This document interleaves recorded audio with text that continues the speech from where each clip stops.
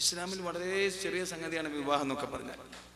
ഇസ്ലാമിൽ വളരെ ചെലവ് കുറഞ്ഞൊരു സംഗതിയാണ് വിവാഹം. ലളിതമായി വല്ലതും ചെയ്യാൻ കഴിയുന്നുണ്ടെങ്കിൽ അത് ഇസ്ലാമിൽ വിവാഹമുണ്ട്.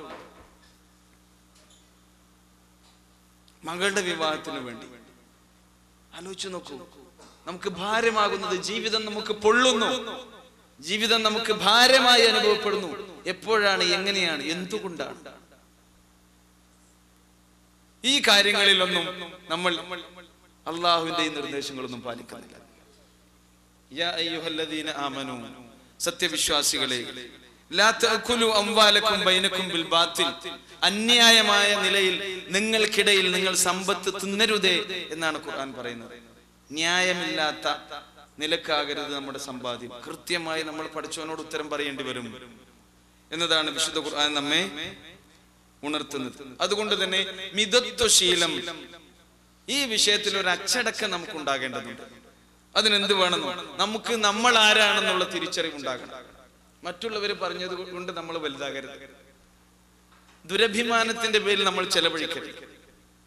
ചെലവഴിക്കാൻ കാശില്ലെങ്കിൽ പറയണം, ഇപ്പൊ എന്റെ കയ്യിലില്ല, അതുകൊണ്ട് നിങ്ങൾ എന്നെ കൊടുക്കി, ഞാൻ പ്രവാസിയാണെന്നല്ലോ. ഒക്കെ ശരി തന്നെയാണ്, പറയണം. നമ്മൾ മിതത്വം പാലിക്കണം.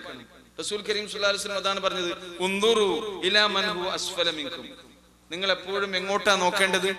താഴെയുള്ളവരിലേക്ക് നിങ്ങൾ നോക്കണം. എല്ലാവർക്കും മനപ്പാടമുള്ള ഒരു പ്രവാചക വചനമാണ്. വലാ തൻദുറു ഇലാ മൻ ഹുവ അസ്ഫല മിൻകും. നിങ്ങൾ നിങ്ങളുടെ മുകളിലുള്ളവരിലേക്ക് നോക്കരുത്. നമ്മൾ എങ്ങോട്ടാ നോക്കുന്നത്? മുകളിലേക്ക് തന്നെയാ നോക്കുന്നത്. മുകളിലേക്ക് നോക്കിയാൽ നേരെ നടക്കാൻ കഴിയില്ല. തന്നെ മുകളിലേക്ക് നോക്കി നടന്നു നോക്കി. മുകളിലേക്ക് നോക്കരുത്, താഴേക്ക് നോക്കുക, കീഴ്പോട്ട് നോക്കുക എന്നാണ് റസൂലുള്ളാഹി സ്വല്ലല്ലാഹു അലൈഹി വസല്ലം പറഞ്ഞത്. ഫഹുവ അജ്ദറു അല്ലാ തസ്ദറു നിഅമത്തല്ലാഹി അലൈക്കും.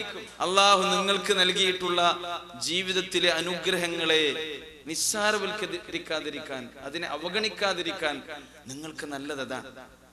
മാത്രമല്ല മിതത്വ ചിന്ത, ഈ ഇഖ്തിസാദ് നിങ്ങളിൽ നിലനിർത്താനും അതാണ് നല്ലത് എന്ന് പ്രവാചകൻ സല്ലല്ലാഹു അലൈഹി വസല്ലം പറയുന്നു. ദുരഭിമാനം നമ്മൾ വെടിയുക, നമ്മൾ അഭിമാനികളാവുക.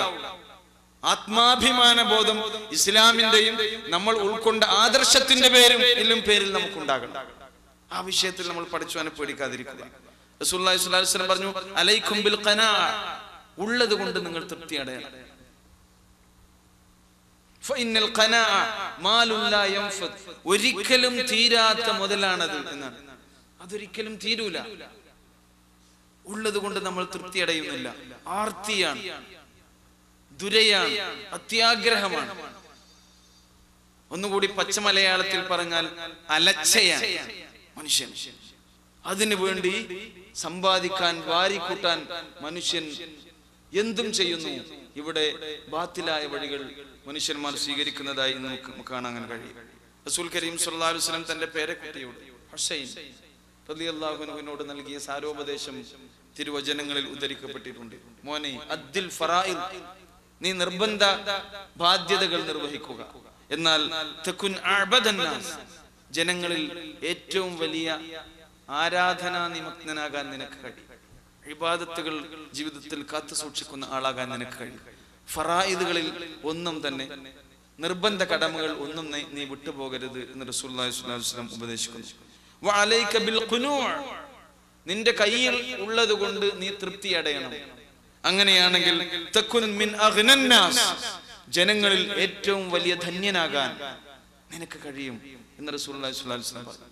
മറ്റൊരിക്കൽ അവിടുന്ന് പറഞ്ഞു, നിങ്ങൾ ജനങ്ങളുടെ കയ്യിൽ ഉള്ളതല്ല ആഗ്രഹിക്കേണ്ടത്, നിങ്ങൾ ജനങ്ങളുടെ കയ്യിൽ ഉള്ളതിനേക്കാൾ അധികം അള്ളാഹുവിന്റെ കയ്യിലുള്ളത് നിങ്ങൾ ആഗ്രഹിക്കണം.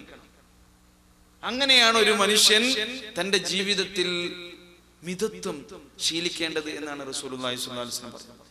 ഉള്ളത് കൊണ്ട് കഴിഞ്ഞുകൂടുക. നോക്കൂ, നിങ്ങൾ പ്രവാസികളായ കടമില്ലാതെ എന്നാലൊരു മോശം. എന്നിട്ട് എനിക്ക് കടമൊന്നുമില്ല എന്ന് ചോദിക്കും. പ്രവാസിയാണെങ്കിൽ എന്ത് ചെയ്യണം? കടം ഉണ്ടാകണം. ആദ്യം മുതൽ തന്നെ കടം തുടങ്ങണം. ഇങ്ങോട്ട് വരാൻ തന്നെ ലോൺ എടുത്താ പോകുന്നത്. വിസക്ക് ലോൺ എടുത്ത്, പിന്നെ ഇവിടുന്ന് ജോലിയൊന്നും ഇല്ലാതെ 4-5 മാസം അങ്ങോട്ടും ഇങ്ങോട്ടും നടന്നു. പിന്നെ ഒരു ജോലി കിട്ടി, ജോലി കിട്ടി വരുമാനത്തിന്റെ പകുതി അയച്ചു കൊടുക്കണം. എങ്ങോട്ടാ അയച്ചു കൊടുക്കുന്നത്? അപ്പോഴേക്കും പലിശ വർദ്ധിച്ചിട്ടുണ്ട്. എന്തൊക്കെ കടക്കണികളിലാണ് നമ്മുടെ സഹോദരങ്ങൾ ചെന്നകപ്പെടുന്നതെന്ന് ആലോചിച്ച് നോക്കൂ. പലിശയൊക്കെ എത്ര ലാഘവത്തോടു കൂടിയാണ് നമ്മൾ സമീപിക്കുന്നത്. കല്യാണത്തിന് ബാങ്കിൽ നിന്ന് ലോൺ എടുക്കുകയാണ്, കല്യാണം കഴിക്കാൻ. വീട് നിർമ്മാണത്തിന് ബാങ്കിൽ നിന്ന് ലോൺ എടുക്കുകയാണ്. അത്ര വലിയൊരു വീട് ഉണ്ടാക്കേണ്ട, അല്ലെങ്കിൽ അത്ര ആവശ്യമില്ലാത്ത ഒരു ഘട്ടത്തിലാണെങ്കിലും അതിന് മനുഷ്യൻ പലിശയിൽ മുങ്ങിക്കുളിക്കുകയാണ് മനുഷ്യൻ. അത് വളരെ വിശദമായി പ്രതിപാദിക്കേണ്ട ഒരു വിഷയമായതുകൊണ്ട് ഞാൻ അതിപ്പോ വിശദീകരിക്കുന്നില്ല. ഇതിന്റെ പേരിൽ ഇങ്ങനെ കടം, കള്ളിയും, പിന്നെ മോഷണം, കളവ്, വഞ്ചന, ചതി, ഇടപാടുകളിലുള്ള ബിസിനസ്സുകളിലുള്ള കരിഞ്ചന്ത, പൂഴ്ത്തിവെപ്പ്, പിടിച്ചുപറി എല്ലാം നടത്തുന്നു. അത് ചെറിയ ചെറിയ മുതൽ വലിയ വലിയ വരെ പണം ഉണ്ടാക്കാൻ വേണ്ടി വന്നവരാണ്. ഇതിനൊരുപാട് മുടക്ക് നമുക്കുണ്ട്. അതുകൊണ്ട് എവിടുന്നു എങ്ങനെയും എന്തും വാരിക്കൂട്ടാം എന്നുള്ളൊരു രീതിയിൽ വരുന്നു. നമ്മൾ ശ്രദ്ധിക്കുക. പ്രവാചകൻ സല്ലല്ലാഹു അലൈഹി വസല്ലം പറഞ്ഞു, നമ്മൾ വിശ്വാസികൾ, നമ്മൾ മുസ്ലിങ്ങൾ, മരണം സുനിശ്ചിതം, മരണാനന്തരം ജീവിതമുണ്ട് എന്നത് ഉറപ്പ്. മരണം പോലെ നിങ്ങൾ ഇപ്പോൾ സംസാരിക്കുന്നുണ്ടെന്നത് യാഥാർത്ഥ്യമാണെന്ന പോലെ മരണാനന്തര ജീവിതവും വിചാരണയും ഉണ്ടെന്നുള്ളത് നേരാണ്, ഉറപ്പാണ്. ഇന്നൽ ജന്ന ഹഖ്ഖുൻ വന്നാറു ഹഖ്ഖുൻ, സ്വർഗ്ഗമുണ്ട് നരകമുണ്ട് എന്നത് സത്യമാണ്, ഉറപ്പാണ്.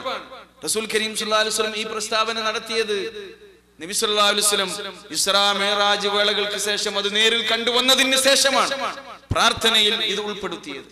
ഇന്നൽ ജന്നത ഹഖ്ഖുൻ വന്നാറു ഹഖ്ഖുൻ ലൗ തഅലമൂന മാ അഅലം ലലഹിഖ്തും ഖലീലാ വലബകൈതും കസീറാ. ഞാൻ കണ്ടറിഞ്ഞ കാര്യങ്ങളെല്ലാം നിങ്ങളെങ്ങാനും അറിഞ്ഞിരുന്നെങ്കിൽ നിങ്ങൾക്ക് ചിരിക്കാൻ കഴിയില്ല, വളരെ കുറച്ചല്ലാതെ.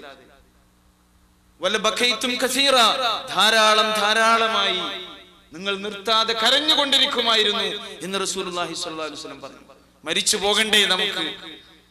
ആ വിചാരണ വേളയിൽ റസൂലുള്ളാഹി സ്വല്ലല്ലാഹു അലൈഹി വസല്ലം പറയുന്നു, ലാ തസൂലു ഖദമ അബ്ദിൻ ഹത്താ യുസ്അല അൻ അർബഅ. ഒരാളുടെയും കാലടി ആ വിചാരണ നാളിൽ, വിചാരണ മൈതാനിയിൽ അല്ലാഹുവിന്റെ മുമ്പിൽ നിന്ന് നീക്കാൻ കഴിയില്ല, അനക്കാൻ കഴിയില്ല എന്നാണ്. ലാ തസൂൽ. 4 കാര്യങ്ങളിൽ ഒരു കാര്യം പറഞ്ഞത് എന്താണെന്നോ? അൻ മാലിഹി, അവന്റെ സമ്പാദ്യം, സ്വത്ത്. മിൻ ഐന ഇക്തസബ, എവിടെ നിന്നാണ് അവൻ അത് സമ്പാദിച്ചത്? എങ്ങനെയാണ്? പറ്റിച്ചതാണോ, വഞ്ചിച്ചതാണോ, മോഷ്ടിച്ചതാണോ? കഫീലിനോട് പറഞ്ഞിട്ടുണ്ട്, മലയാളത്തിലാണ്. 500 റിയാൽ ഞാൻ എടുത്തിട്ടുണ്ടെന്നോ, കട അടക്കുകയാണ്. ആ സാധു തലയാട്ടിയിട്ടുണ്ട്, കബൂലായിട്ടുണ്ട് എന്നുള്ള അടയാളാണ്. എന്തൊക്കെയാണ് ഹീലത്തുൻ ശർഇയ്യ, കുതന്ത്രങ്ങൾ മനുഷ്യൻ കണ്ടുപിടിക്കുന്നത്. ഞാനിവിടെ വന്നതല്ലേ, എത്രയെത്ര എങ്ങനെ നമ്മളിത് വീട്ടും? ഇത് ഹക്ക്, അത് കൊടുത്താൽ തന്നെ വീടുള്ളൂ. ഈ ദുനിയാവിൽ നിന്ന് തന്നെ കൊടുത്തു വിട്ടണം. അൻ മാലിഹി മിൻ ഐന ഇക്തസബ, സമ്പാദിച്ചത് മാത്രം പോരാ. വഫീമ അൻഫഖ, ഏതേതൊക്കെ വിഷയത്തിലാണ് അവൻ ചെലവഴിച്ചത്. നമ്മൾ ഏറ്റവും കൂടുതൽ ചെലവഴിക്കുന്നത് ഏതിലാണെന്ന് നോക്കൂ.